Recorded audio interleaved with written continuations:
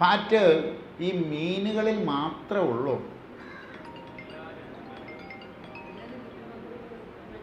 ഈ അല്ല മനുഷ്യരിലുണ്ട്, ജീവജാലങ്ങളിലുണ്ട്. പക്ഷേ ജീവജാലങ്ങളിൽ മാത്രമേ ഈ ഫാറ്റുള്ളൂ. വേറെ അതിലുണ്ട്. സസ്യങ്ങളുടെ എവിടെയുണ്ട്?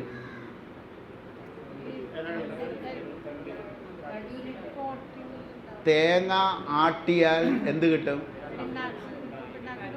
ആ പിണ്ണാക്കിലുണ്ടാകും. സകല ഓയിൽ സീഡുകളുടെയും പിണ്ണാക്കുകളിൽ ഫാറ്റുണ്ട്. നിങ്ങൾ തെങ്ങിന് കൂമ്പ് ചെയ്യുമ്പോഴേ ഒരു 5 കിലോ തേങ്ങാ പിണ്ണാക്ക് മേടിച്ചാൽ കൊണ്ടിട്ട് കൂമ്പ് താനേ വരും. വരുന്നില്ല? കൂമ്പ് താനേ വരും. നിങ്ങൾ ആളി കയറി ചെത്തി ബോഡോ മിശ്രം കുഴപ്പമൊന്നും ഇടണ്ട. ബോഡോ മിശ്രം വയ്ക്കേണ്ട, ഒന്നും വയ്ക്കേണ്ട. എന്താണ്? തേങ്ങ പിണ്ണാക്കിനകത്ത് കുറച്ച് ഫാറ്റുണ്ട്. കപ്പലിൻ്റെ പിണ്ണാക്കിനകത്ത് ഫാറ്റുണ്ട്.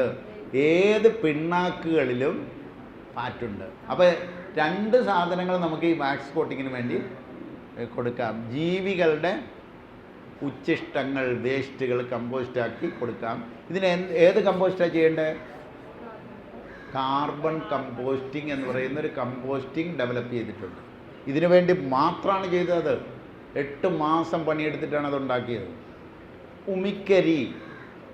ഉമിക്കരിക്കകത്ത് പുരട്ടി വെച്ചാൽ മതി.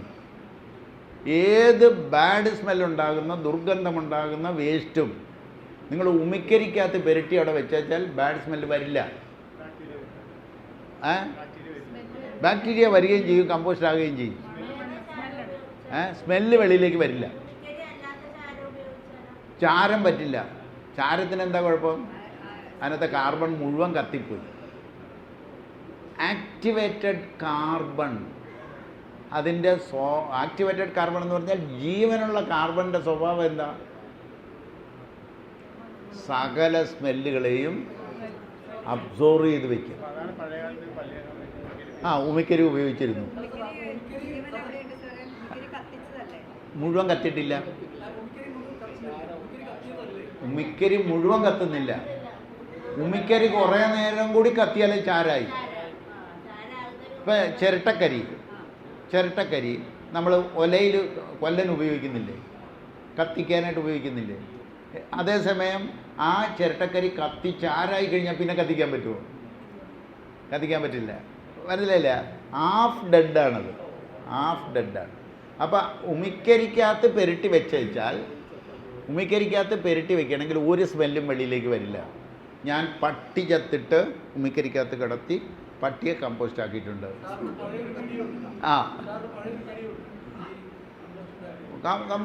കമ്പോസ്റ്റിങ്ങിൻ്റെ വീഡിയോ കിടപ്പുണ്ട്. ഈ മീനിൻ്റെ കമ്പോസ്റ്റ് ഉണ്ടാക്കുന്നത് ഫിക്സ് ചെയ്ത് വെച്ചാൽ മതി. എന്നിട്ട് ഏറ്റവും ടോപ്പിൽ ഒരു 3 ഇഞ്ച് കനത്തിൽ ഉമിക്കരി ഇട്ട് വെച്ചാൽ മതി. ഒരു സ്മെല്ലും വരില്ല. എലിയൊക്കെ ചത്ത് വീണ ഉമിക്കരിക്കത്തില്ല. കളയരുത്. എന്ത് ചത്താലും കളയരുത്. റോഡിൽ വണ്ടി ഇടിച്ച് ഒരു പട്ടി ചത്താൽ ഉടനെ പോയി എടുത്തുകൊണ്ട് വന്നോണം, ഉമിക്കരിക്കകത്ത് ഇട്ടോണം.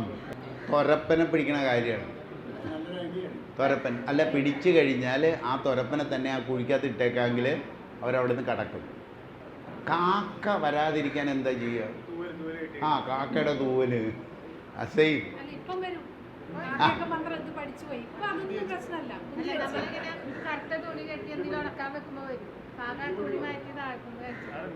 അവരെയും പഠിച്ചു വരികയാണേ. അവർ എവല്യൂട്ട് ചെയ്തിട്ടിരിക്കുക. കുറച്ച് നേരം കരയും. അതിനുശേഷം അവർ വന്ന് തിന്നിട്ട് പോകും. എല്ലുപൊടിയിലും കുറേ ഫാറ്റ് ഉണ്ടാകും. എല്ലുപൊടി പക്ഷേ ഇപ്പോഴത്തെ എല്ലുപൊടി മേടിച്ചിടരുത്. ഇപ്പോഴത്തെ എല്ലുപൊടി ആസിഡിൽ ട്രീറ്റ് ചെയ്ത് ഫാറ്റ് മുഴുവൻ എടുത്തിട്ട് പൊടിച്ച് വരുന്നതാണ്. നേരെ നല്ല ശരിക്കും ആസിഡിലിടാത്ത എല്ലുപൊടി മാണോ ഇല്ലെന്ന് നോക്കിയിട്ടേ മേടിച്ച് മണ്ണിലിടാവൂ. അല്ലെങ്കിൽ എല്ലുപൊടി ഇട്ടാൽ എതിര് ഗുണം കിട്ടും. അതെ, സ്റ്റെറാമിൽ ഇട്ട് നോക്കിയാൽ മതി. നല്ലൊരു എല്ലുപൊടി കിട്ടും. എവിടെയാണ്? കൂത്താട്ടുകുളത്ത് മീറ്റ് പ്രൊഡക്റ്റ് ഓഫ് ഇന്ത്യയുടെ MPI, സെൻട്രൽ ഗവൺമെൻറ്റിനാണ്. എല്ലുപൊടിക്ക് 100 രൂപയാണ് വില. 100 രൂപ. പക്ഷേ ഓരോ സ്പൂൺ മതി. ചെടികൾക്കെല്ലാം ഓരോ സ്പൂൺ മതി. നല്ല സൂപ്പർ എല്ലുപൊടി കിട്ടും. മീറ്റ് പ്രൊഡക്റ്റ് ഓഫ് ഇന്ത്യ ഇവിടുന്ന് മേടിക്കും. ആ, അപ്പോൾ അവിടുന്ന് നല്ല എല്ലുപൊടി കിട്ടും. വേറെയും എല്ലുപൊടി കിട്ടുന്ന സ്ഥലങ്ങളുണ്ട്. തിരക്കി പിടിച്ച് അതാണോ എന്ന് അറിഞ്ഞിട്ടേ മേടിച്ചിട്ടാവും. കാരണം അതിനകത്ത് കുറച്ച് ഫാറ്റ് കിട്ടും. എല്ലിനകത്ത മജ്ജയിലെ കുറേ സാധനങ്ങൾ കിട്ടും. എല്ലിൻ്റെ പുറത്തിരിക്കുന്ന കുറച്ച് ദശയുടെയൊക്കെ കൂടി ഇതെല്ലാം കൂടി ചേർത്തിട്ട് അതിന് സ്മെല്ലുണ്ടാവും. അപ്പോൾ അതിന് സ്മെല്ലുണ്ടാകാതിരിക്കണം എന്ത് ചെയ്താൽ മതി? മിക്കരിയിൽ പുരട്ടിയിട്ട് അങ്ങ് ഇട്ടാൽ മതി. അപ്പം ദുർഗന്ധം ഉണ്ടാവില്ല. പറ്റില്ല, അത് സ്മെല്ല് വരും. ഉമ്മിക്കകത്തിട്ടാൽ സ്മെല്ല് വരും, ഉമ്മിക്കരിക്കകത്തിട്ടാൽ സ്മെല്ല് വരില്ല. നാട്ടിലുള്ള വേസ്റ്റുകളെല്ലാം കിട്ടും. ഇപ്പം മീൻ ഒരിടത്തും വീട്ടിൽ വെട്ടണില്ല. മീൻ വിൽക്കണവൻ തന്നെ വെട്ടി കൊടുക്കുകയാണ്. അവിടെ കൊണ്ടൊരു ബക്കറ്റ് വെക്കാമെങ്കിൽ ആവശ്യത്തിനുള്ള മീനിൻ്റെ വേസ്റ്റ് കിട്ടും. അവിടെ കൊണ്ട് ബക്കറ്റ് വെച്ചാൽ മതി. കാരണം അവനിത് എവിടെയെങ്കിലും കൊണ്ട് കളയണം. അപ്പം നമ്മൾ ചെന്നിട്ട് എടുത്തോണ്ട് പോരുമെങ്കിൽ നമുക്ക് അത് കിട്ടും. മുനിസിപ്പാലിറ്റിയുടെ വേസ്റ്റ് ചോദിച്ചേ തരില്ല. വളാക്കാം, പക്ഷെ അവർ തരില്ല. കാര്യം എന്താണ്? ഒരു ലോഡ് വേസ്റ്റ് 8 ടൺ ഉള്ള ലോറിയിൽ കയറ്റി ഒരിടത്ത് കൊണ്ടുപോകുന്നതിന് ഒരു ചിലവുണ്ട്. ആ കാശ് കിട്ടുകയില്ല. മനസ്സിലായില്ലേ? ഇത് അതായത് 1 ലോറി പോണതിന് പകരം 10 ലോറി പോയതായിട്ട് കണക്കെഴുതിയാലേ അവർക്ക് കാശ് കിട്ടും. FACT ജൈവവളം ഉണ്ടാക്കുന്നുണ്ട്. അല്ല, FACT ജൈവവളം ഉണ്ടാക്കി എന്നെ വിളിച്ചുകൊണ്ട് പോയി. അവർ കാണിച്ചു വളം ഉണ്ടാക്കുന്നുണ്ട്. എൻ്റെ FACT എന്നെ വിളിച്ചുകൊണ്ട് പോയി. ഞങ്ങളെ തെറി പറയരുത്, ഞങ്ങൾ ജൈവവളവും കൂടി ഉണ്ടാക്കുന്നുണ്ട് ചെറിയ രീതിയിൽ പേരിന്. അതായത് അവരുടെ പേര് ദോഷം മാറ്റാൻ വേണ്ടിയിട്ട്.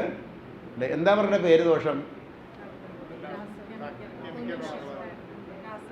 അവരൊരുപാട് തെങ്ങും തോട്ടങ്ങൾ, മാതൃക തെങ്ങ് കൃഷിയിടങ്ങളുണ്ടാക്കി. FACT ഒറ്റ തെങ്ങില്ല ഇപ്പോൾ. അവരുടെ മാതൃക തെങ്ങും തോട്ടങ്ങളൊന്നും തന്നെ ജീവിച്ചിരിപ്പില്ല. അത് കാരണം അവർക്ക് ഭയങ്കര പ്രയാസമാണ്. അതിനെപ്പറ്റി വിട്. മണ്ണിലെ കാർബൺ പിടികിട്ടിയല്ലോ, മണ്ണിലെ ഫാറ്റും പിടികിട്ടിയല്ലോ. അതായത് ജൈവ കൃഷി വികസിച്ച് വരുമ്പോൾ 1 ഗ്രാം പോലും ജൈവ മാലിന്യം ഉണ്ടാവരുത്. കാരണം ചപ്പുചവറുകൾ മുഴുവൻ നമ്മൾ കാർബണിന് വേണ്ടി ഉപയോഗിച്ചു. ഫാറ്റിന് വേണ്ടിയിട്ട് ഈ മീനിൻ്റെ വേസ്റ്റ്, മുട്ടയുടെ വേസ്റ്റ്. പിന്നെ അവിടെ വേസ്റ്റ് ഇല്ല കംപ്ലീറ്റ്. അതായത് വേസ്റ്റ് മാനേജ്മെൻ്റ് എന്ന് പറയുന്ന ഒരു ജോലിയും കൂടിയാണ് ജൈവ കൃഷി ചെയ്യുന്നത്. ഒരു കൂന കരിയില അവിടെ കിടക്കുന്നു. ശരിക്കും എന്താ അത്? കാർബണാണ്. എന്താണത്? Living carbon. മണ്ണിലിട്ട് കഴിഞ്ഞാൽ എന്താകും അത്? നമ്മുടെ ആഹാരമാകും. മനസ്സിലായില്ലേ? ചപ്പിയവറുകൾ അവിടെ കിടക്കണ കണ്ടാൽ നമ്മൾ വിചാരിക്കുന്നത് ചപ്പിയവറാണെന്നാണ്. പക്ഷേ നാളെ അത് നമ്മുടെ ഭക്ഷണമാണ്. ചപ്പ് ചവറുകൾ ബാക്ടീരിയയ്ക്ക് ഭക്ഷണം. ബാക്ടീരിയ തിന്നു കഴിഞ്ഞാൽ അത് ചെടികൾക്ക് ഭക്ഷണം. ചെടികൾ ഭക്ഷിച്ചാൽ അത് മനുഷ്യന് ഭക്ഷണം. അങ്ങനെയാണ് കറങ്ങി കറങ്ങി വരിക. അപ്പോൾ അത് ഭക്ഷണം തന്നെ. ഭക്ഷണത്തിന് തൊട്ട് പിന്നിലുള്ള ഭക്ഷണമാണ് വേസ്റ്റുകൾ മുഴുവൻ. അത് ഒരു റിസോഴ്സാണ്. പ്രകൃതിയുടെ നിഘണ്ടുവിൽ വേസ്റ്റ് എന്ന പദമില്ല.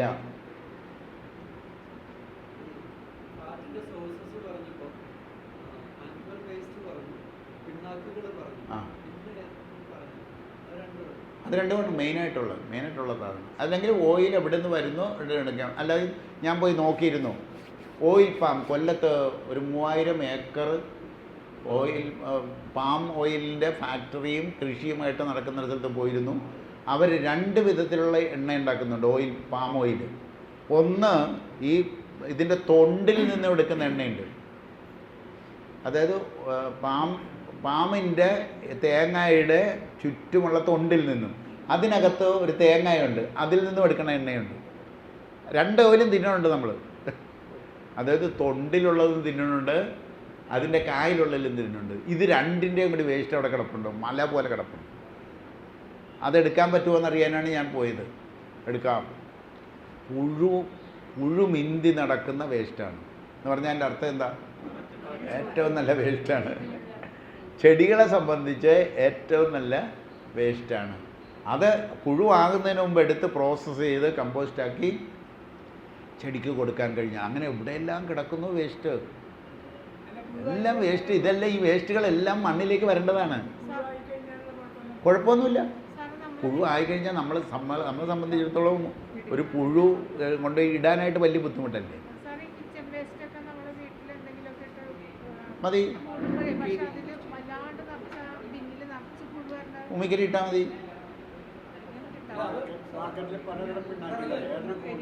എല്ലാ പിണ്ണാക്കുകളും പുഴുക്കളെ ഇട്ട് കൊടുക്കാം. കപ്പലണ്ടി പിണ്ണാക്ക്, വേപ്പും പിണ്ണാക്ക്, തേങ്ങ പിണ്ണാക്ക്, മരോട്ടി പിണ്ണാക്ക്, പുന്നക്ക പിണ്ണാക്ക്, ഒരുപാട് തരം പിണ്ണാക്കുകളുണ്ട്. ഓയിൽ എടുക്കുന്ന എല്ലാത്തിൻ്റെയും പിണ്ണാക്കുകൾ. പിണ്ണാക്കെന്ന് പറഞ്ഞാൽ ഓയിൽ എടുക്കുന്ന സാധനം.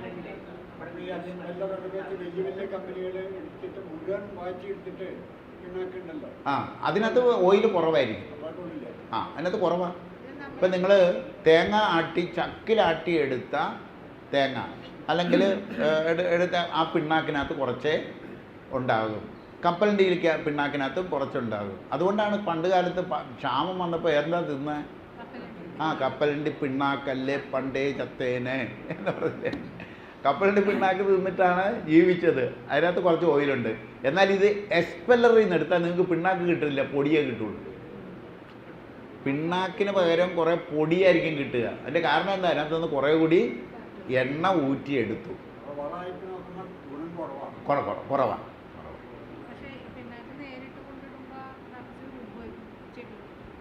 ഉറുമ്പ് എന്നാണെന്നാ പഠിച്ച നേരത്തെ പറഞ്ഞില്ലേ, ഉറുമ്പ് എന്തെങ്കിലും കൊണ്ടുപോകുമോ?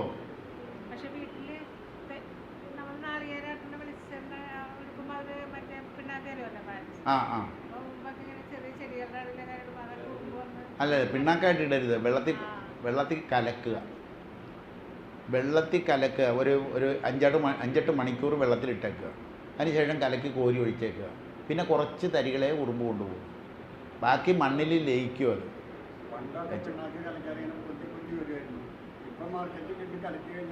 ഒന്നും വരില്ല.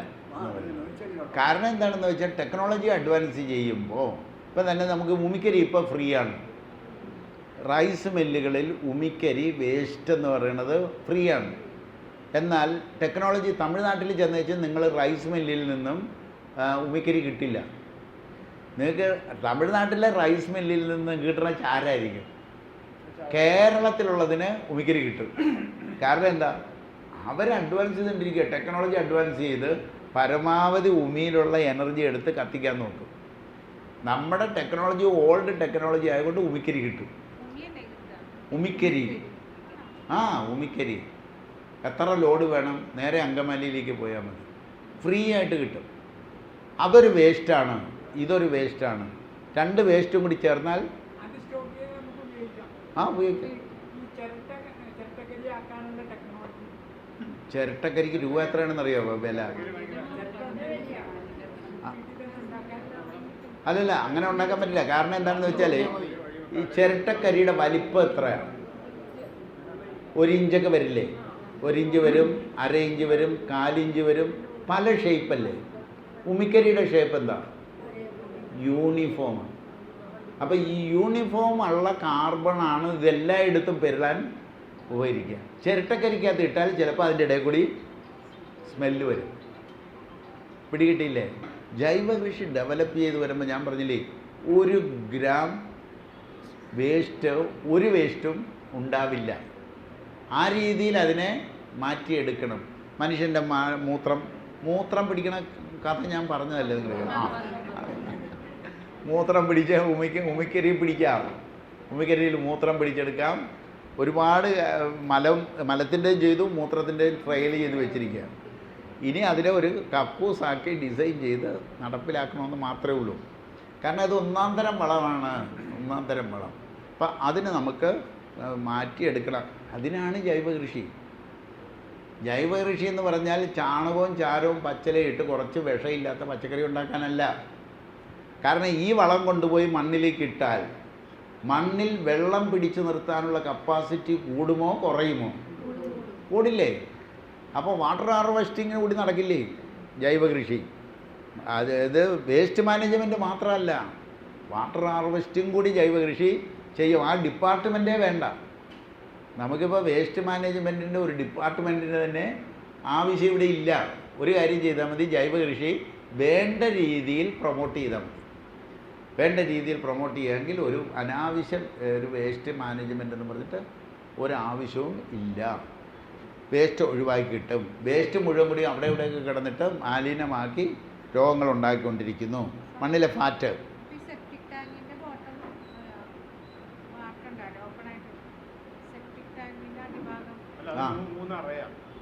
മൂന്നറയാണ് കോൺക്രീറ്റ് ചെയ്തിരിക്കുകയാണ്. അല്ലെങ്കിൽ മണ്ണിലേക്ക് ഇറങ്ങില്ലേ. അത് ടാങ്ക് തന്നെയാണ്. ഒരു കാരണവശാലും അതിൻ്റെ എക്സസ് മാത്രം ഔട്ട്ലെറ്റായിട്ട് വെള്ളം മാത്രം പോകുന്ന രീതിയിലാണ് അതിൻ്റെ ഡിസൈൻ. അതായത് മലം ചെന്ന് വീഴുന്ന ഒരു ടാങ്കിൽ, ആ ടാങ്കിൽ നിൻ്റെ വേറൊരു അറ, ആ അറയിലേക്ക് മല എത്തില്ല, കുറച്ച് വെള്ളം, അതിനപ്പുറത്ത് വേറൊരു അറ, അതിനപ്പുറത്ത് ഔട്ട്ലെറ്റ്സ്. 3 അറകൾ കഴിഞ്ഞിട്ട് വരുന്ന വെള്ളം മാത്രമേ വെളിയിലേക്ക് പോകുള്ളൂ. അങ്ങനെയാണ് ഡിസൈൻ. പക്ഷേ അതുകൊണ്ടൊന്നും ഒരു പ്രയോജനമില്ല. കേരളത്തിൽ മഴ പെയ്ത് കഴിയുമ്പോൾ സെപ്റ്റി ടാങ്കും കുളവും കിണറും കായലും തോടും എല്ലാം ഒറ്റ വാട്ടർ ലെവലാണ്. അപ്പോൾ അതുകൊണ്ട് കോളിഫോം ബാക്ടീരിയ എല്ലാ വെള്ളത്തിലും എത്തിക്കഴിഞ്ഞു. ഇനി ഒറ്റ വഴിയേ ഉള്ളൂ. ഇതിന് ഉമിക്കരി ഉപയോഗിച്ചിട്ടുള്ള ഒരു കക്കൂസ് ഡിസൈൻ ചെയ്ത് അത് വളമാക്കി കൈകൊണ്ട് തൊടാതെ കൊണ്ടുപോയി ഇടണം. കുഴപ്പമൊന്നുമില്ല. അല്ല, സെപ്റ്റി ടാങ്ക് ക്ലീൻ ചെയ്യാൻ വന്നവരെ ശ്രദ്ധിച്ചിട്ടുണ്ടോ നിങ്ങൾ? സെപ്റ്റി ടാങ്കുകാർ, ഞാൻ എൻ്റെ വീട്ടിൽ ഞാൻ പറഞ്ഞ ടാങ്കിൽ ഇറങ്ങാൻ ഞാൻ സമ്മതിക്കലെന്ന് പറഞ്ഞു. കഴുത്തൊപ്പം ടാങ്കിൽ ഇറങ്ങി നിന്നാണ് ഇവർ കോരണേ. ഒരാൾ മണ്ണെണ്ണയും പുരട്ടിയിട്ടേ കുറച്ച് മണ്ണെണ്ണ ഒഴിച്ച് കുറച്ച് മണ്ണെണ്ണ ഇവരുടെ മേത്തും തേച്ചിട്ട് അങ്ങോട്ട് ഇറങ്ങി നിൽക്കുക, ഒരറപ്പും ഇല്ലാതെ. കാരണം എന്താ? 1 മണിക്കൂർ കൊണ്ട് കോരി ഇട്ടേച്ച് 2000 രൂപയും മേടിച്ചിട്ട് അവർക്ക് പോകാം. ഇതിനാണ് അവർ ചെയ്യണേ. ഞാൻ പറഞ്ഞു എൻ്റെ ഇറക്കാൻ പറ്റില്ല, കുഴിക്കകത്ത് കോരി നിറക്കാമെങ്കിൽ മാത്രം എൻ്റെ മുന്നിൽ വെച്ച് ടാങ്കിൽ ഇറക്കാൻ ഞാൻ സമ്മതിക്കില്ലെന്ന് പറഞ്ഞു. ഇപ്പം മോട്ടർ സക്ക് ചെയ്ത് പുറത്ത് കളയും. ഇനി ചെടികളുടെ പച്ച നിറം ചെടികൾക്ക് കൊടുക്കുന്നത് മഗ്നീഷ്യമാണ്. മഗ്നീഷ്യം ഈ മഗ്നീഷ്യമാണ് പച്ച നിറം കൊടുക്കുക. ക്ലോറോഫിൽ ഉണ്ടാക്കുന്ന മഗ്നീഷ്യമാണ്. അപ്പോൾ മണ്ണിൽ എന്തുണ്ടാവണം? മഗ്നീഷ്യം ഉണ്ടാവണം. ഇതിന് വേണ്ടി നമ്മൾ കൊടുക്കുന്നത് ഡോളോമൈറ്റാണ്. ഡോളോമൈറ്റ് കാൽസ്യവും മഗ്നീഷ്യവും ചേർന്നിട്ടാണ്. 8 മുതൽ 12% വരെ മഗ്നീഷ്യമുള്ള ഡോളോമൈറ്റാണ് ഇടേണ്ടത്, ചെടിക്കിടേണ്ടത്. 8 മുതൽ 12% വരെ മഗ്നീഷ്യമുള്ള ഡോളോമൈറ്റ് മണ്ണിലിടണം. ഈ ഡോളോമൈറ്റ് കേരളത്തിൽ ഇന്നേ വരെ കൊടുത്തിട്ടില്ല. ഇന്നേ വരെ ഡോളോമൈറ്റ് എന്നും പറഞ്ഞിട്ട് ഗവൺമെൻറ് തലത്തിൽ കൃഷിഭവൻ വഴി സൊസൈറ്റി വഴി കൊടുക്കുന്നത് ഇൻഡസ്ട്രിയൽ വേസ്റ്റാണ്. എന്തൊരു ചതിയാണെന്നൊന്ന് ആലോചിച്ച്, എന്തൊരു ചതിയാണെന്ന്. ഒരു പ്രാവശ്യം യഥാർത്ഥ ഡോളോമൈറ്റ് കൊടുത്തിട്ടുണ്ട്. അതുകൊണ്ട് ഡോളോമൈറ്റ് വേണം, മഗ്നീഷ്യം വേണമെന്ന് എനിക്ക് അറിയാവുന്നത് കൊണ്ട് ഇവരുടെ കയ്യിൽ മിഥുനും പോയതാണെന്ന് തോന്നുന്നു അല്ലേ, ഇവരുടെ പറഞ്ഞു ഒറിജിനൽ ഡോളോമൈറ്റ് മാർക്കറ്റിൽ ഇറക്കണം. മാർക്കറ്റിൽ ഇറക്കണമെന്ന് പറഞ്ഞപ്പോൾ ഇവർ പോയി രാജസ്ഥാനിൽ പോയി അവിടുത്തെ മല പൊടിച്ചെടുക്കുന്ന സാധനമല്ല, വേറെ ഒന്നുമല്ല, മഗ്നീഷ്യം കണ്ടൻ്റുള്ള മല പൊടിച്ച് എടുക്കുന്ന പൊടി, പാറപ്പൊടി. അതിനകത്ത് മഗ്നീഷ്യം കൂടുതലുള്ള പാറപ്പൊടി കൊണ്ടുവന്ന് ഇട്ടാൽ മതി. അതിടാതെ വേറെ വഴിയില്ല. നമ്മുടെ എല്ലാ ഇതിലും മഗ്നീഷ്യം ഉണ്ടാവില്ല, എല്ലായിടത്തും മഗ്നീഷ്യം ഉണ്ടാവില്ല. എന്നാൽ ചെടികൾ ശക്തമായിട്ട് വളർന്നു കഴിഞ്ഞാൽ അതിൻ്റെ ഇല വീണ് ആയിരക്കണക്കിന് കൊല്ലം കൊണ്ട് മഗ്നീഷ്യമൊക്കെ വരും, മണ്ണിൽ വരും. പക്ഷേ നമുക്ക് കൃഷി ചെയ്യുമ്പോൾ അത് പറ്റില്ലല്ലോ. അപ്പം മഗ്നീഷ്യം എവിടെയുണ്ടോ അത് ഖനനം ചെയ്തെടുത്തുകൊണ്ട് വന്നിട്ട് പൊടിച്ച് നമ്മൾ ഇട്ട് കൊടുക്കണം, മഗ്നീഷ്യം ഇട്ട് കൊടുക്കണം. അപ്പോൾ ഡോളോമൈറ്റ് വേണ്ടി വരും. ഇനി വേണ്ടത് മഗ്നീഷ്യം മനസ്സിലായല്ലോ, ഡോളോമൈറ്റ് കൃഷി. എപ്സം സോൾട്ട് എന്താണെന്ന് എനിക്കറിയില്ല. മഗ്നീഷ്യം സൾഫേറ്റാണ്. അത് ചിലപ്പം കെമിക്കൽ ലാബ് ഫാക്ടറിയിൽ എവിടത്തെങ്കിലും വേസ്റ്റോ അല്ലെങ്കിൽ വേറെ എന്തെങ്കിലും ആയിരിക്കും. ഇത് ശരിക്കും മഗ്നീഷ്യം എന്നതാണ് അതിന് ഡോളോമൈറ്റ് എന്നല്ലേ പറയണത്? എന്താ? പാറപ്പൊടി. പാറപ്പൊടി.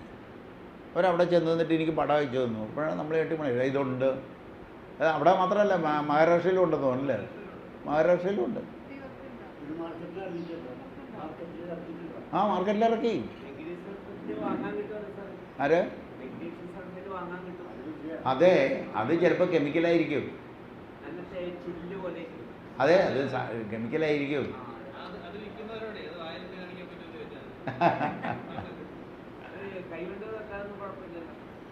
അതല്ല, നമുക്ക് ശരിക്കും ഡോളോമൈറ്റ് തന്നെ വേണം ഒറിജിനൽ. മെഗ്നീഷ്യം സോൾട്ട് വാങ്ങാനാണെങ്കിൽ നമ്മൾ ജൈവ കൃഷി ചെയ്യേണ്ട കാര്യമില്ല. അത് ആ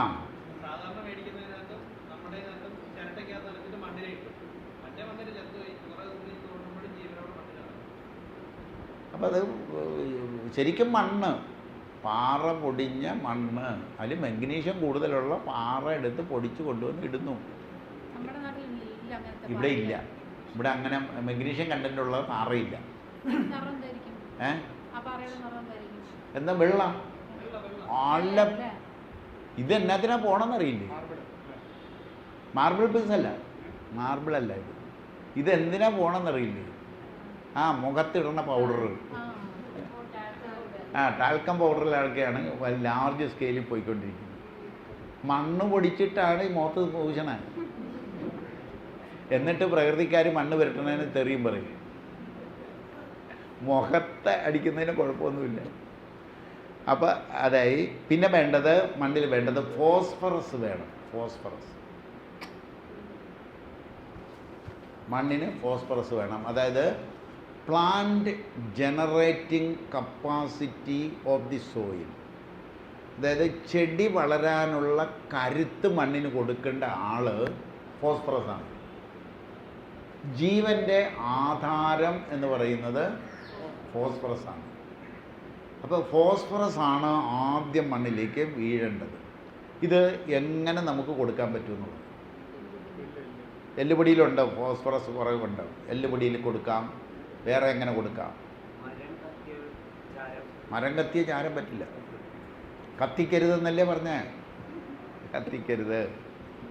എള്ള് വിതച്ചാൽ മതി. പറമ്പിൽ എല്ലാ വർഷവും കുറച്ച് എള്ള് വിതച്ചേക്കുക. എള്ള് വളർന്ന് ചത്തുപോകും. സാധാരണഗതിയിൽ ഞങ്ങൾക്ക് നല്ലോണം അറിയാം.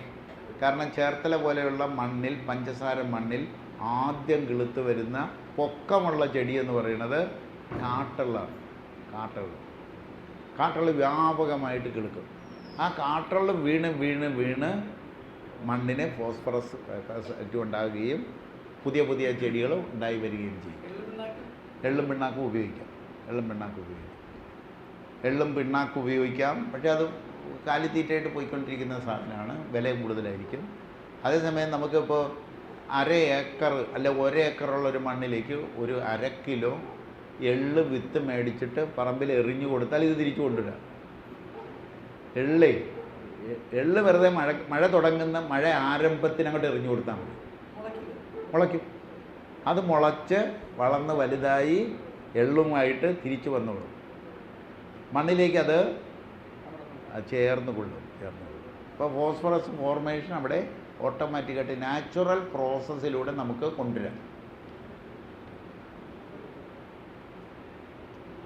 ഇനി വേണ്ടത് പൊട്ടാഷാണ്. പൊട്ടാഷ് എവിടുന്നെങ്കിലും കൊണ്ടുവന്നാൽ നിങ്ങളില്ല. മാർക്കറ്റിലുണ്ട്. ബയോ പൊട്ടാഷ് എന്ന് പറഞ്ഞിട്ട് മാർക്കറ്റിൽ വരുന്നുണ്ട്. അത് സാധാരണഗതിയിൽ ഈ ബയോ പൊട്ടാഷ് എന്ന് പറയുന്നത് മാർക്കറ്റിൽ വരുന്ന പൊട്ടാഷ് മുഴുവൻ ചിമ്മിണികൾ വൃത്തിയാക്കുന്ന, ഫർണസുകൾ വൃത്തിയാക്കുന്ന ഇതെടുത്ത് പൗഡറാക്കിയതാണ്. അത് ഡെഡാണ്. നമുക്ക് ജീവനുള്ള പൊട്ടാഷ് കൊടുക്കണം. എവിടെയുണ്ട്? ചുവന്ന പൊട്ടാഷ് കെമിക്കലാണ്. പാറപ്പൊടിയല്ല. നമുക്ക് പൊട്ടാഷ് തന്നെ കിട്ടണം. എവിടെ കിട്ടും? പൊട്ടാസ്യം, പൊട്ടാഷ് നമുക്ക് കൊടുക്കാൻ പറ്റും. നേരെ പോയിക്കോണം ഡെഡ് സീയുടെ തീരങ്ങളിൽ മുഴുവൻ അടിഞ്ഞു കിടക്കുന്ന എക്കൽ എന്ന് പറയുന്നത് 100% പൊട്ടാണ്. വാരി കൊണ്ടുവന്ന് ഇവിടുത്തെ എല്ലായിടത്തും ചെടിയിലേക്ക് ഇട്ടാൽ മതി. അവിടുത്തെ ഗവൺമെൻറ്റുമായിട്ടൊരു ധാരണയോ അല്ല അവിടുത്തെ കമ്പനികളുമായിട്ടൊരു ധാരണ എത്താമെങ്കിൽ അവിടെ അടിഞ്ഞു കൂടി കിടക്കുന്ന എക്കൽ പോലെ ചാന്ത് പോലെ കിടക്കും. അത് എടുത്തുകൊണ്ട് വന്ന് ഇട്ട് കൊടുത്താൽ ഒറിജിനൽ പൊട്ടാഷ് നമുക്ക് കിട്ടും. അതായത് നമുക്ക് ഇസ്രായേൽ ഇവിടെ ഇതിന് പോകുന്ന ക്രിസ്ത്യാനികൾ ഒരു ഇത് പോകില്ലേ, ഒരു ടൂറ് പോകില്ലേ, ജെറുസലേം യാത്രയ്ക്ക് പോകുന്നവർക്ക് ഇത് കിട്ടും. മണ്ണ് ചെറിയ പാക്കറ്റിലാക്കി കിട്ടും. അവർ കൊണ്ടുവരും. എന്നിട്ട് മേത്ത് പൂശാരെന്നൊക്കെ പറഞ്ഞിട്ട് കൊണ്ടുവന്ന് തരില്ലേ. അത് പൊട്ടാഷാണ്, സാധനം പൊട്ടാഷാണ്. ഞാൻ അതുകൊണ്ടാണ് ഗംഗയിലെ ചെളി എടുത്തുകൊണ്ട് വന്നിരിക്കുന്നത്. എനിക്കൊരു സംശയമുണ്ട്, അത് മുഴുവൻ പൊട്ടാഷാണോ എന്ന് സംശയമുണ്ട്. നല്ലൊരു ശതമാനം പൊട്ടാഷാണോ എന്ന് സംശയമുണ്ട്. ഈ പൊട്ടാഷ് മണ്ണിൽ വന്നു കഴിഞ്ഞാൽ കോടമഞ്ഞ് നമുക്കുണ്ടാക്കാം. ആവശ്യത്തിന് പൊട്ടാഷ്, കോടമഞ്ഞ്, ഫോഗ് ഉണ്ടാകണമെന്നുണ്ടെങ്കിൽ ഈ പൊട്ടാഷ് നമുക്ക് കിട്ടിയാൽ മതി. പൊട്ടാഷ് അതുകൊണ്ട് അത് നമ്മുടെ ഒരു ടാർഗറ്റാണ്. എവിടെയെങ്കിലും പോയി അത് ശേഖരിക്കണം. ഇവിടെ കിട്ടുമെങ്കിൽ വളരെ ഈസിയായി. ഗംഗയിലും ഇവിടെയെല്ലാം പുഴയിലെല്ലാം കിട്ടുമെങ്കിൽ ആ എക്കൽ മതി, നമുക്ക് എക്കൽ മതി. ഏതായാലും ഗംഗാ തടങ്ങളിലെ കൃഷി ഒരു വളവും ഉപയോഗിച്ചിട്ടല്ല, ജൈവവളം ഉപയോഗിച്ചിട്ടല്ല, രാസവളം ഉപയോഗിക്കുന്നില്ല, ജൈവവളം ഉപയോഗിക്കുന്നില്ല. ഈ വന്നടിയുന്ന എക്കലാണ്, കലങ്ങി മറിഞ്ഞ് വരുന്ന, അത് സെഡിമെൻറ്റ് ചെയ്ത് കിട്ടുന്നതാണ് ഉപയോഗിക്കുക. അപ്പം അത്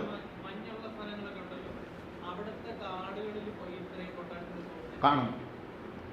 കോടമഞ്ഞുണ്ടാകുന്ന സകലയിടത്തും പൊട്ടാഷുണ്ട്. മൂന്നാറൊക്കെ ഉണ്ട്, മലകളിലുണ്ട് പൊട്ടാഷുണ്ട്. നമ്മുടെ മലകളിൽ ഒക്കെ ഉണ്ടല്ലോ പൊട്ടാഷുണ്ട്.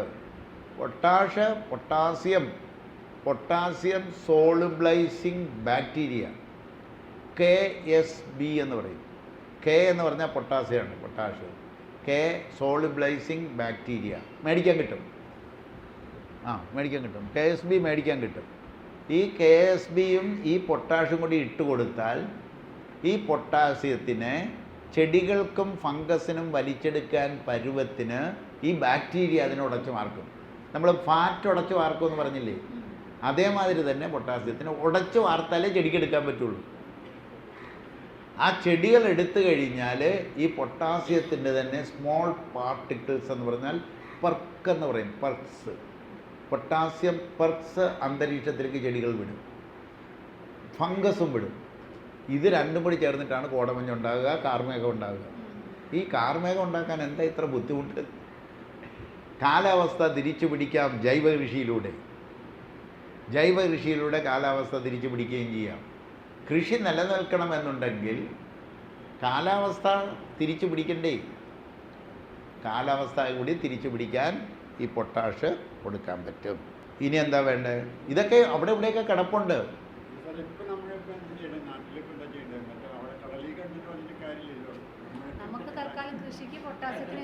നിങ്ങൾ പിന്നെ ഒരു കരിയില എടുത്ത് കത്തിച്ചു, ചാരം കിട്ടിയില്ലേ? ചാരം പൊട്ടാഷല്ലേ? പൊട്ടാഷാണ്. ആ കരിയില പൊടിഞ്ഞു ചേർന്നു, ആ പൊട്ടാഷ് ഉണ്ടാവില്ലേ? ഉണ്ടാവും. ഓർഗാനിക് മാറ്റർ റിച്ചായാൽ മതി, അവിടെ പൊട്ടാഷ് വന്നോളും, ഓട്ടോമാറ്റിക്കായിട്ട് വന്നോളും. വേണ്ട, വേണ്ടി വരും. അല്ല, വിഘടിപ്പിക്കാനായിട്ട് ചെറിയ മിക്കവാറും നമ്മളുടെ കേരളത്തെ സംബന്ധിച്ചിടത്തോളം ഒരുമാതിരിപ്പെട്ട എല്ലാ ബാക്ടീരിയയും സ്വയംഭൂകളാണ്, താനെ വന്നോളും. അത് പൊട്ടാസ്യത്തിൻ്റെ സ്മോൾ പാർട്ടിക്കിൾസ്. ഇപ്പം നമ്മൾ ഉച്ഛ്വാസവായുവിലൂടെ അന്തരീക്ഷത്തിലേക്ക് വിടുന്ന വായുവിൽ കുറേ വെള്ളം കൂടിയില്ലേ? അതേമാതിരി ആ വെള്ളം മാത്രമായിരിക്കില്ല, ആ വെള്ളത്തിനകത്ത് ഒരുപാട് എലമെൻറ്റും ഒക്കെ കാണും, അതിൻ്റെ മോശം അവസ്ഥയിലുള്ള സാധനം കാണും. ഇതേമാതിരി ചെടികൾ പുറത്തേക്ക് വിടും, ഫംഗസുകളും പുറത്തേക്ക് വിടും. പുറത്തേക്ക് വിടുന്നതിൽ പൊട്ടാസ്യത്തിൻ്റെ ഇതിലാണ് അന്തരീക്ഷത്തിലെ തണുപ്പ് കണ്ടൻസ് ചെയ്യുന്നത്, ഘനീഭവിക്കും. ഘനീഭവിച്ചാൽ നമുക്ക് കാണാൻ പറ്റുന്ന പരുവത്തിലാകും. അതായത് അന്തരീക്ഷത്തിലെ തണുപ്പ് കാണാൻ പറ്റുന്ന അവസ്ഥയിലാകുന്നതാണ് കാർമേഘം അല്ലെങ്കിൽ കോടമഞ്ഞ്. ഇവിടെ നടക്കുമെന്നാണ് ഞാനീ പറയണേ. ഈ സാധനം ഇവിടെ ഉണ്ടാക്കണം. ഞാൻ ഉണ്ടാക്കി കാണിച്ചു തന്ന പോലെ ഉണ്ടാക്കി കാണിച്ചു തരൂ. കോടമഞ്ഞ്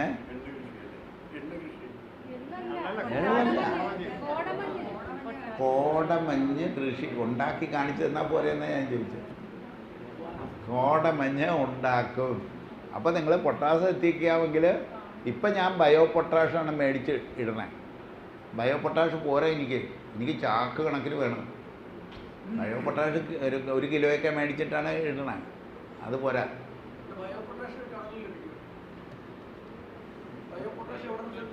ഈ ബയോ പൊട്ടാഷ് എന്ന് പറയുന്നത് ശരിക്കും നമുക്ക് വരുന്നത് കരിങ്കല്ല് പോലെ ഇരിക്കുന്ന, ഞാൻ അവിടെ പോയി കണ്ടിട്ടുണ്ട് തൃശ്ശൂർ.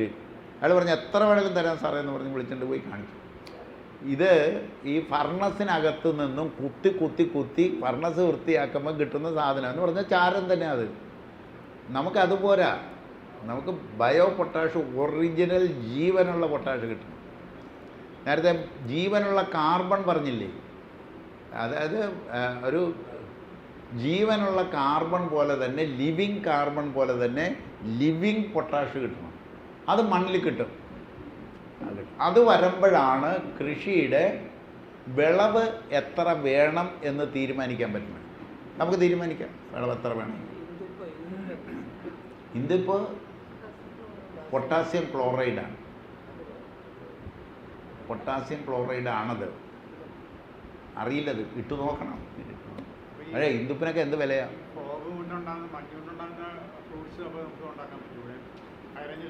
ഉണ്ടാക്കാൻ പറ്റൂല, എല്ലാം പറ്റും. അതായത് എൻവയോൺമെൻറ്റിനെ, ചുറ്റുപാടിനെ നമുക്ക് ക്രിയേറ്റ് ചെയ്യാം.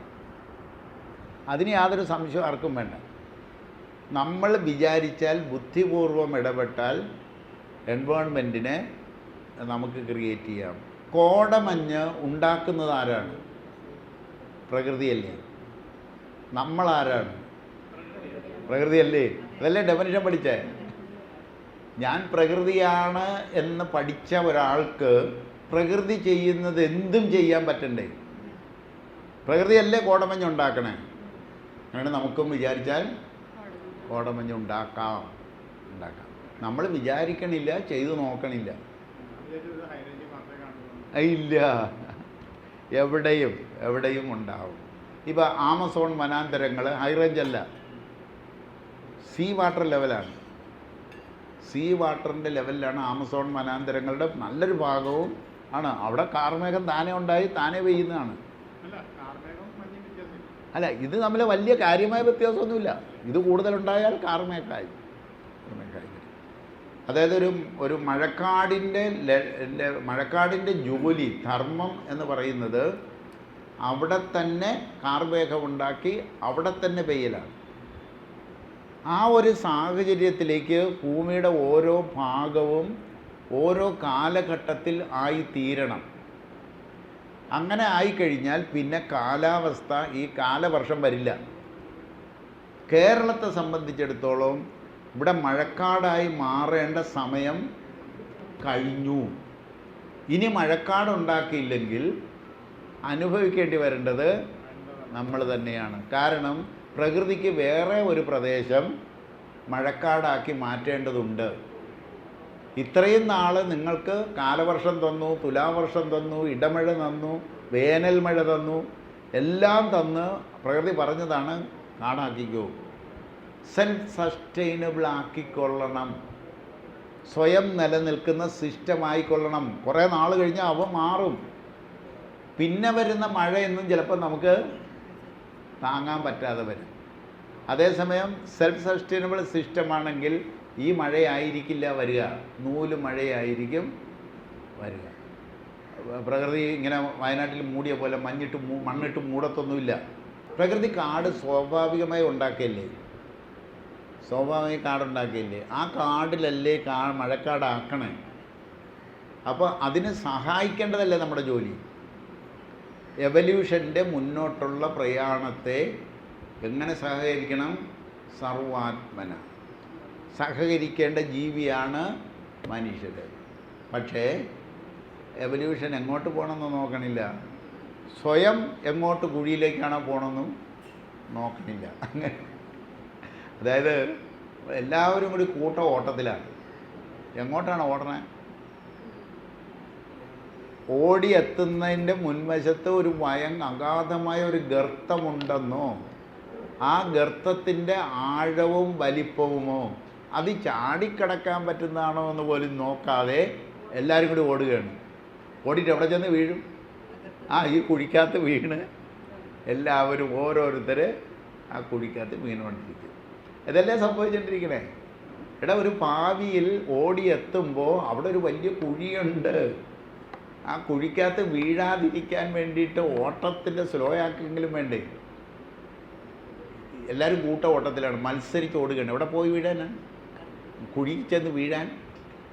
കുഴിയിൽ ചെന്ന് വീഴാനുള്ള മത്സര ഓട്ടത്തിലാണ് എല്ലാവരും. അപ്പം അത് തിരുത്തണം.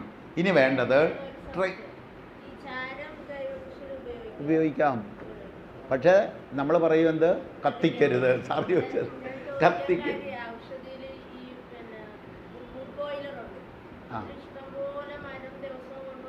അതിന് ചാരയില്ലേ? പോയി എടുക്കുക എല്ലാവരും. ആ ചാരം അവിടെ ചെന്ന് വില പറഞ്ഞ് കുറച്ച് എടുത്തോ. വെറുതെ ലോഡ് കണക്കിന് പോയി എടുത്തോ. എടുക്കാം. ഔഷധി അതുപോലെ എല്ലായിടത്തും ഉണ്ട്. ഈ കഷായം പിഴിഞ്ഞതിൻ്റെ ചണ്ടി ഉണ്ട് അവിടെ. ഞാനൊരു പ്രാവശ്യം അവിടെ SD ഫാർമസിയുടെ ചണ്ടി, ഈ കഷായത്തിൻ്റെ ചണ്ടി അരിച്ചെടുത്തിട്ട് കേക്ക് പോലെ ഇരിക്കുന്ന സാധനം ഇതെല്ലാം കൂടി കൊണ്ടുവന്ന് ഒരു ലോഡ് കൊണ്ടുവന്ന് എൻ്റെ പറമ്പിലിട്ടു. ഒരു 2 മാസത്തേക്ക് എന്തൊരു സുഗന്ധമായിരുന്നു എന്നറിയാമോ? ആ പ്രദേശം മുഴുവൻ ഔഷധ മണമായിരുന്നു. ഇതെടുത്തിട്ട് വന്നിടാം. ഈ ആയുർവേദ ഫാക്ടറിയിൽ മരുന്നിൻ്റെ ചണ്ടി, അവിടെ കഷായം ഉണ്ടാക്കാൻ പോകുന്ന ചാരം, ഇതെല്ലാം എടുക്കാം. പക്ഷെ ചാരം ഇടുമ്പോൾ നമ്മൾ ശ്രദ്ധിക്കേണ്ടതുണ്ട്. ചാരം ഇടുമ്പോൾ ജീവികൾ ചത്തുപോകും. എന്നാൽ ഇതിനെ പുളി കളഞ്ഞ് ഉപയോഗിക്കാം.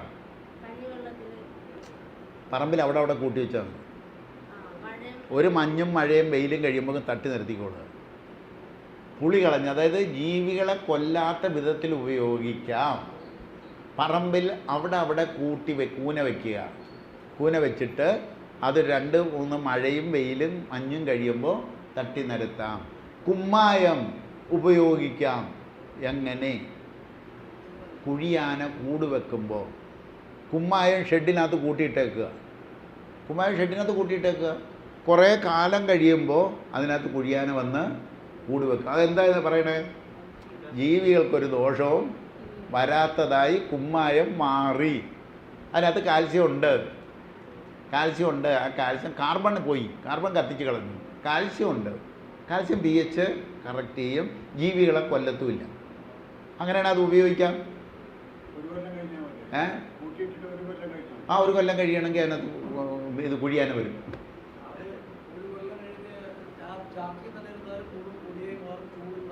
ചൂടുണ്ടാവില്ല. പക്ഷേ നമ്മൾ അങ്ങനെ ചെയ്യേണ്ട കാര്യമില്ല. അതിനകത്തൊരു നഷ്ടമുണ്ട്. കത്തിക്കുമ്പോൾ നമുക്ക് ഒരു എനർജി ലോസ് വരുന്നത് പോലെ തന്നെ ഇത് കത്തിക്കുമ്പോൾ നമുക്ക് അതിനകത്ത് ഒരു ജീവൻ നഷ്ടപ്പെടുന്നുണ്ട്. ആ ജീവനാണ് മണ്ണിന് വെക്കേണ്ടത്. നമുക്ക് ജീവനുള്ള ഭക്ഷണം. ആ നഷ്ടമുണ്ട്. പക്ഷേ എലമെൻസുകൾ കിട്ടും. അതുകൊണ്ട് കളയണ്ട. കൃഷിയിലേക്ക് ഇറങ്ങുമ്പോൾ പിന്നെ ചെടിക്ക് വേണ്ട 2 സാധനമുണ്ട്. സാധനങ്ങളുണ്ട്. ചെടിക്ക് വളരണം എന്നുണ്ടെങ്കിൽ എന്ത് വേണം? യൂറിയ വേണം. ചെടി വളരാതെ നിൽക്കുന്നുണ്ടെങ്കിൽ അതിൻ്റെ അർത്ഥം അതിന് യൂറിയ വേണമെന്നാണ്. അത് ബയോ യൂറിയ കൊടുക്കണമെന്ന് മാത്രം. ജൈവ യൂറിയ കൊടുക്കണം. ജൈവ യൂറിയ എവിടെയുണ്ട്? എല്ലാ മൂത്രത്തിലും യൂറിനിലും യൂറിയയുണ്ട്. യൂറിൻ എന്ന് പേര് വരാൻ കാരണം അതിനകത്ത് യൂറിയ ഉള്ളത് കൊണ്ടാണ്. അത് പശുവിൻ്റെ യൂറിനിൽ മാത്രമേ ഉള്ളൂ. ഇതെല്ലാം മനുഷ്യൻ്റെതും ഒരു തുള്ളി പോലും കാണാതെ ഉമിക്കരി ബക്കറ്റിനകത്ത് ഉമിക്കരി വെച്ചിട്ട് ഉമിക്കരിക്കകത്ത് മൂത്രം ഒഴിക്കുക. പ്രശ്നം തീർന്നു. ഷുഗർ ഉള്ളവരുടെ കുഴപ്പമൊന്നുമില്ല. പഴത്തിന് നല്ല മധുരമായിരിക്കും. ഷുഗറുള്ളവരുടെ യൂറിയ. മനുഷ്യമൂത്രവും മനുഷ്യമലവും പശുവിൻ്റെ മൂത്രവും പശുവിൻ്റെ ചാണകവും എല്ലാം ചെടിയുടെ വളർച്ചയ്ക്ക് ആവശ്യമുള്ളൊരു സാധനമാണ്. ഗ്രോത്ത് ഹോർമോൺ പോലെ അത് വർക്ക് ചെയ്യും. ചെടി വളരണമെന്നുണ്ടെങ്കിൽ ഇത് കൊടുത്താൽ മതി. ഇനി ഒരുപാട് ഭംഗിയും വലിപ്പവും ഭംഗിയുള്ള കായ്കൾ വേണം. ജൈവ കൃഷിയിൽ ആദ്യം നേരിട്ട ഒരു പ്രശ്നം ഇതായിരുന്നു. ജൈവ കൃഷിയിൽ ഉണ്ടാക്കുന്നത് വളഞ്ഞ് പുളഞ്ഞ് ചെറുത് മുരടിച്ചിരിക്കണം, അല്ലെങ്കിൽ ജൈവമല്ല എന്നുള്ളൊരു ധാരണയായിരുന്നു. എന്നാൽ ഭംഗിയുള്ള മുഴുപ്പുള്ള കൂടുതൽ എണ്ണം ഉണ്ടാകണമെന്നുണ്ടെങ്കിൽ നമ്മൾ കുട്ടികൾ കൊഴുത്തുരുണ്ടിരിക്കണമെങ്കിൽ എന്താ കൊടുക്കുക? കൊച്ചു കുട്ടികൾ കൊഴുത്തുരുണ്ടിരിക്കണം.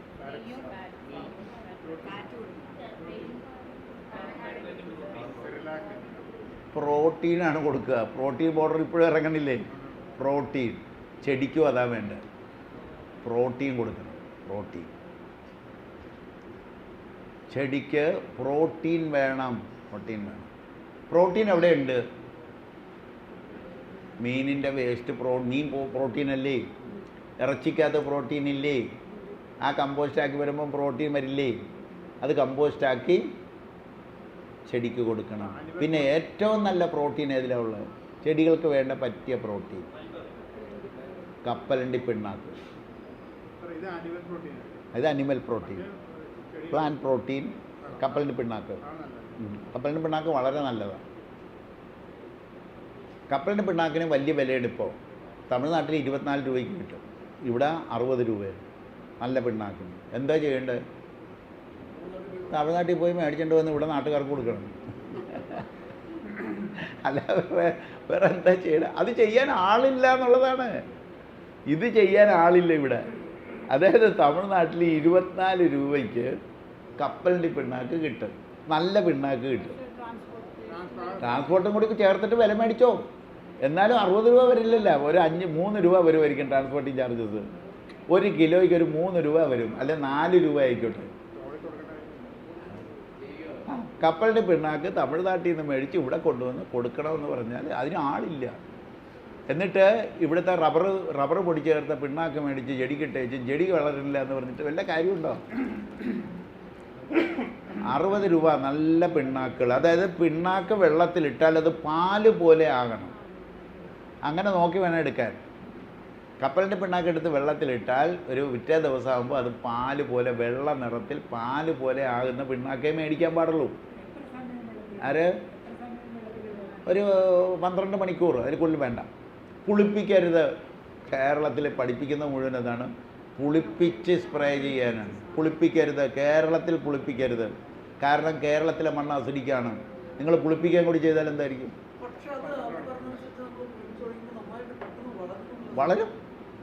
വളരുന്നേ, വളരും. പക്ഷേ നിങ്ങൾ ആവശ്യത്തിന് കാർബണും pH-ഉം കറക്റ്റാക്കിയിട്ട് നിങ്ങൾ നേരിട്ട് ഒഴിച്ചു കൊടുത്തേ വളർച്ച എങ്ങനെയായിരിക്കും എന്നറിയാം. ഇപ്പം എന്താണ് കാര്യം? ഈ പുളിപ്പിച്ചൊഴിക്കണത് എന്തിനാ? മണ്ണിലെ കാർബൺ നോക്കണ്ട, മണ്ണിലെ കാർബണിൻ്റെ തോന്ന് നോക്കണ്ട, മണ്ണിൻ്റെ pH നോക്കണ്ട. എന്ത് ചെയ്താൽ മതി? പുളിപ്പിച്ച് അതെടുത്ത് അരിച്ച് ഇലയിൽ സ്പ്രേ ചെയ്ത് കൊടുത്താൽ മതി. എന്താ പറയണേ? മണ്ണാണ് പ്രധാനം. മണ്ണ് കറക്റ്റ് ചെയ്യുക.